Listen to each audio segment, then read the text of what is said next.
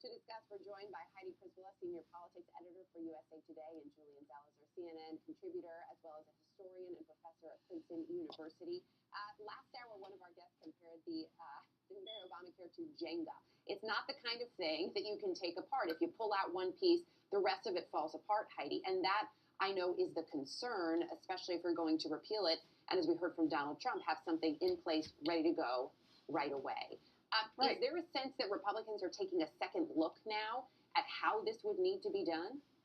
Possibly. I saw a news report even that some Republicans are talking now potentially about not removing that funding stream, because that is the one thing that's easiest to do, is just to get rid of the taxes and the funding stream for Obamacare. But if you do that, that's where the Jenga comparison comes in, because there is really this is really not hard to understand the way that the system works. To cover more people, you have to have more people in the system paying into it. So once you remove that funding stream, by definition, a lot of people are going to lose their health care.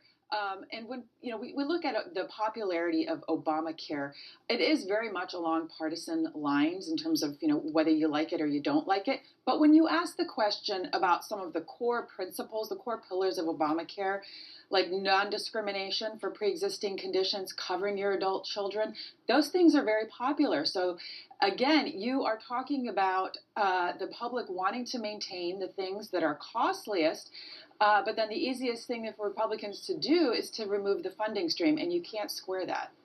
There's also the issue, a Gallup poll, Julian, found that several different groups of Trump supporters are actually disproportionately Obama enrollees. How much of that do you think is a consideration for the president-elect? It's going to be very important. Some of the biggest enrollments are coming in states that Donald Trump just won, such as Florida and Pennsylvania. And one of the things Republicans have learned since the 1950s, that when they try to take away government programs, real ones, rather than just attacking government, there's often a blowback. So I think this could be a big issue, not just for voters, but for the legislators who represent them. It's different to say, I want to get rid of ACA and repeal it, than it is to say I'm taking away the benefits of 6.4 million people. Well, and to that point, Julian, who has more to lose here? There's a lot of talk about the legacy of the Affordable Care Act for President Obama, but then for those who are leading the charge to repeal it and hopefully replace it with something else, who has more to lose in this equation? Well, politically, I still think President Obama has more to lose. This is his signature piece of legislation. The threat to this legislation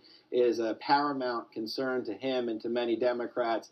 And if it's eliminated successfully, that would be a huge blow to him.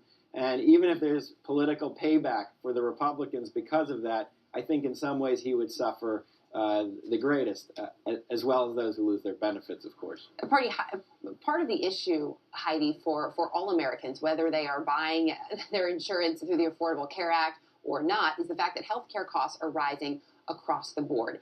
Has there been any discussion, could there perhaps be a bipartisan effort to look at ways to bring those costs down rather than looking at separate systems?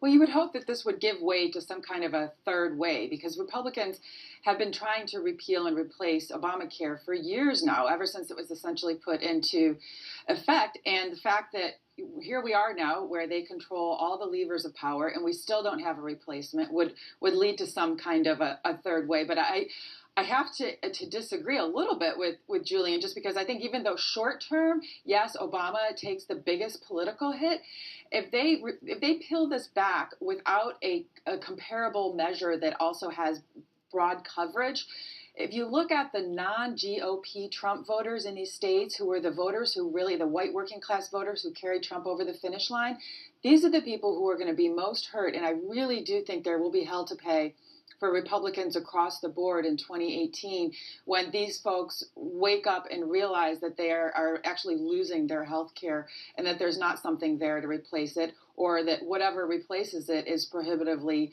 expensive. So I do think that hopefully this will lead to some kind of discussion about a third way. We can cross our fingers, right? We can all hope for a Christmas miracle, that there could just be a lovely bipartisan effort to have that discussion. We'll see if it happens. Heidi Prisbilla and Julian Zelizer, nice to have you both with us. Thank you.